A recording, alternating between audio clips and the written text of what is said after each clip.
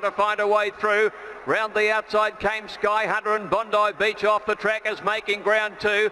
Now Ivanhoe waiting for a run down on the inside as they bunch up around the turn. Now Fame Game, he's got to the extreme outside with the offer.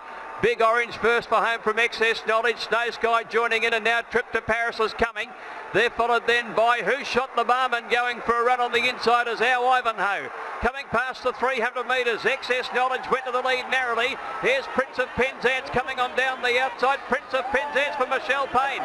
Now Max Dynamite starts to charge home. Prince of Penzance from Max Dynamite. Prince of Penzance, it's history at Flemington. Michelle Payne. Prince of Penzance beat Max Dynamite. Criterion's run third, then either Trip to Paris, Gust of Wind, or Big Orange. The next one's over.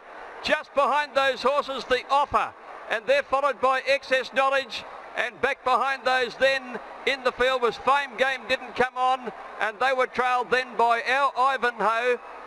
Further back is Bondi Beach, Hartnell, El Moonquith, Preferment, Kingfisher's well back with Hocko Brave, Grand Marshal, and Sky Hunter, and the United States are towards the tail of the field. Michelle, this is stuff you dream about as a kid, and you've spent your life in horse racing. What a moment. Unbelievable, Sam. I lied in bed last night and I gave my chance a little time to think and dream about it, and I thought about, imagine if I'm talking to you after these races. Unbelievable. It's like a dream come true. This horse is awesome. What he's been through, his Darren Weir, unbelievable training to get him here like this today. All of his staff, Jared and Maddie and Tyson and all of them down at Warrnambool, this is all to them because they got this horse here in the best shape he could be in, and I'm just so grateful and thankful to them and all of the owners, and this is just awesome. The fact that you've been on this horse for most of his career, you've had so much to do with him all the way through. Unbelievable, Sam. When I won on this horse as a 3-year-old, he won here and I thought this is a Melbourne Cup horse. And he just felt like he would run the 2 mile out that strong, but far out, I didn't think he'd be that strong. He was still towing me into the straight, and when he let go, Darren Weir said to count to 10. And I was trying to count, but didn't count. I was just hoping that was long enough, and he just burst to the front and he was powering through the line. That is just unbelievable. The connections with Sandy McGregor, John Richards, and all the fellow connections have stuck by you all the way, and it's terrific that you can reward them with a Melbourne Cup. The hero of this story, drawing barrier 1, and you're going to share this moment with him. That is just awesome. Stevie drawing 1's probably the winning key to this.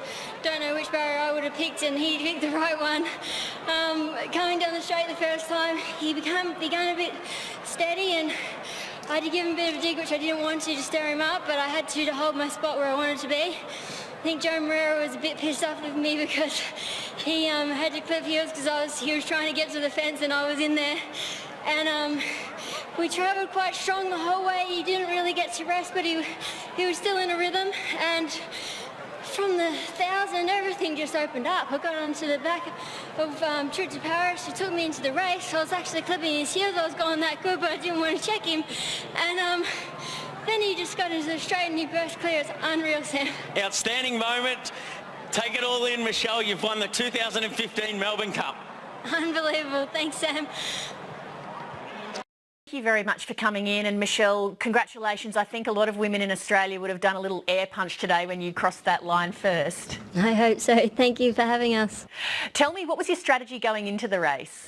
My main strategy was to keep Prince of Penzance really calm because he can get a little bit fiery, and I thought our best chance of winning the race was to just get him to relax and switch off and hope that he would jump well and that I could just, cruise along. Unfortunately, he come out really slow. He was a bit too relaxed in the barriers, and he half walked out of the barriers, which made me have to give him a bit of a squeeze and a bit of a click up, and that was what I didn't want to do, but I had to hold my position that I wanted to be in, and waited for as long as I could, and couldn't believe when he sprinted. I never yelled so loud in my life at anything, and just when he went over the line, it was unbelievable. My body went a bit numb and a bit limp, and I just couldn't believe that we had won the Melbourne Cup, and yep, it's just a dream come true. Had you allowed yourself to think at all in the lead up to the race, hey, I've got a shot here at winning the Melbourne Cup? I had, through bits and pieces. I just tried to treat it as another race and keep calm and relax and all of that, and when Stevie drew barrier 1 on Saturday night, I was like, wow, this is just incredible, especially how it all panned out. He won a barrier 1 and Richo had just got that out. I thought that's pretty incredible in itself. And then I woke up this morning, I was as calm as anything. I couldn't believe how good I felt. I was relaxed. I rode 53, and usually that's a bit of a test, and I've never felt so good. And I was like, this is incredible. And I still thought, nah, you're kidding yourself a little bit. But that's what racing's about. That's why it's so great, because you can dream, and I've dreamed about this for all my life, and it's just a true testament that you work hard, you can be lucky. Stevie, congratulations on being the strapper of the winning horse. How nervous were you going into the race today? I was very nervous before you got into the mounting yard. And what sort of work did you have to do today to get Prince of Penzance ready and to help your sister? I was running to see if he could settle and relax, and wasn't that great in the mounting yard. He got, when he came back from the track, I was over waving at everyone in the crowd. And what did you think when you saw them come powering down that straight? I can't believe it. That was so good. Did you have a bet today? Yeah, 10 each way on it. Oh, well done. Michelle, tell me a bit about your family. It's a big family and so many of you are into racing. How did that come about? My dad was a jump jockey and then a horse trainer, and we used to ride the horses when we were young. My older sisters, I'm the youngest of 10, and we all grew up with horses, and he never really pushed us into it.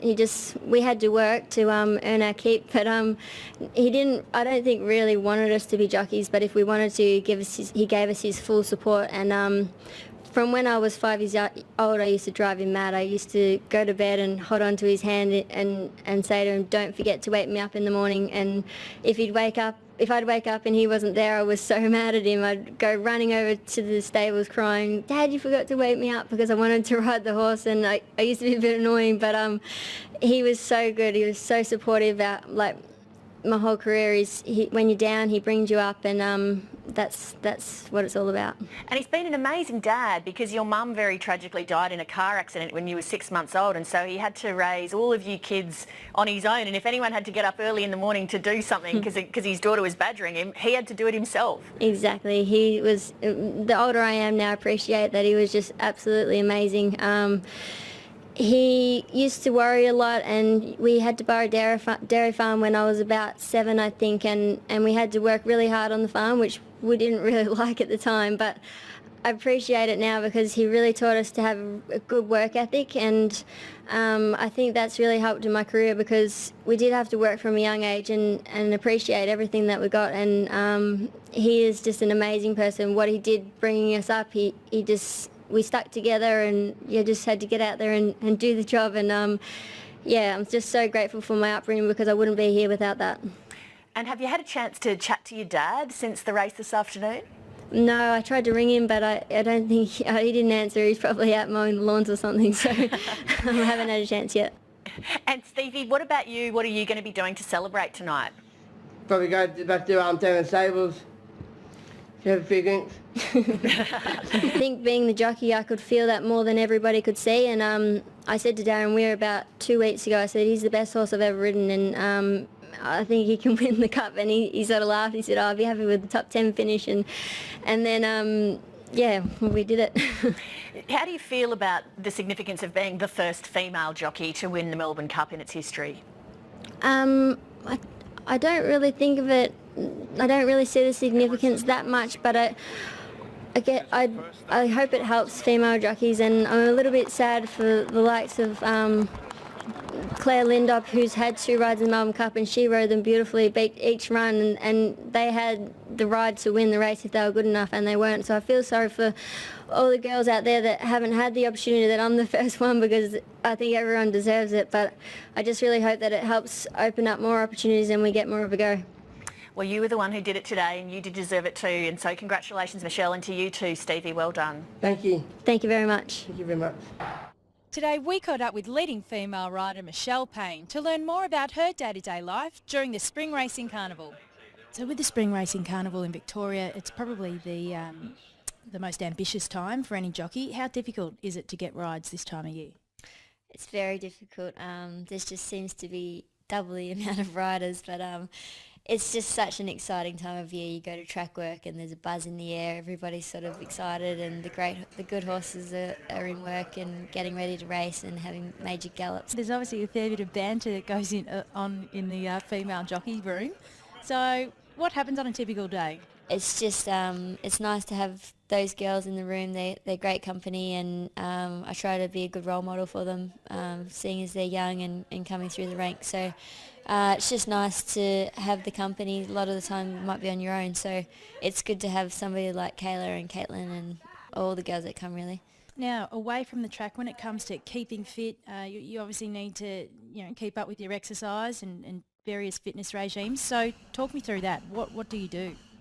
I've sort of all my career, a bit of trial and error, and I think it's taken me a fair while to work out, really, because I feel I'm much fitter now than I used to be when I was younger. But it's just you have to work really hard on it. I'm not a natural athlete, so I just have to work harder than a lot of other jockeys. So I work in with a personal trainer, and I do a lot of classes, like boxing classes and stuff like that. And got my treadmill at home and mechanical horse, and got like a chin-up bar out the back. So I just try to sort of keep active and do something sort of 4 or 5 times a week and fit it in with riding. It's just a real balance between race riding, track work, and keeping your fitness up. So I just try to keep that balanced.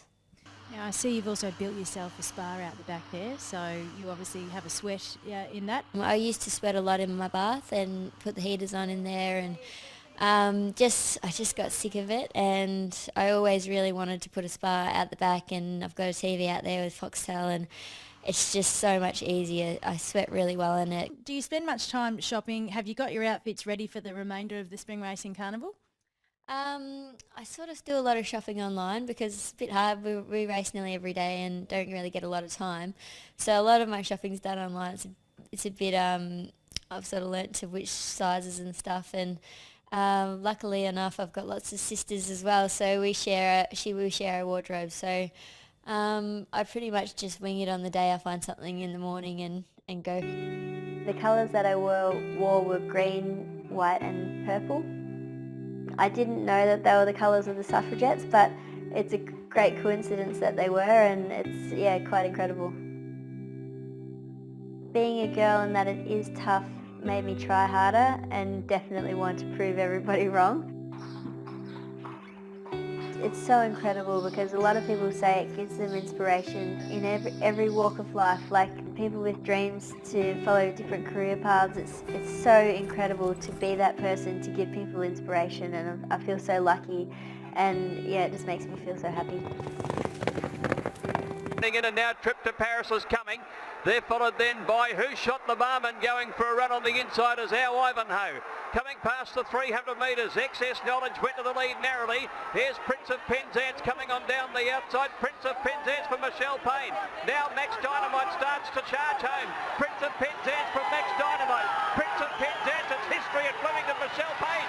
Prince of Penzance beat Max Dynamite. Criterion's run third, then either Trip to Paris, Gust of Wind, or Big Orange. The next one's over. Just behind those horses, the Offer, and they're followed by Excess Knowledge, and back behind those then in the field was Fame Game, didn't come on, and they were trailed then by Our Ivanhoe. Further back is Bondi Beach, Hartnell, El Moonquith, Preferment, Kingfisher's well back with Hocko Brave, Grand Marshal, and Sky Hunter, and the United States are towards the tail of the field.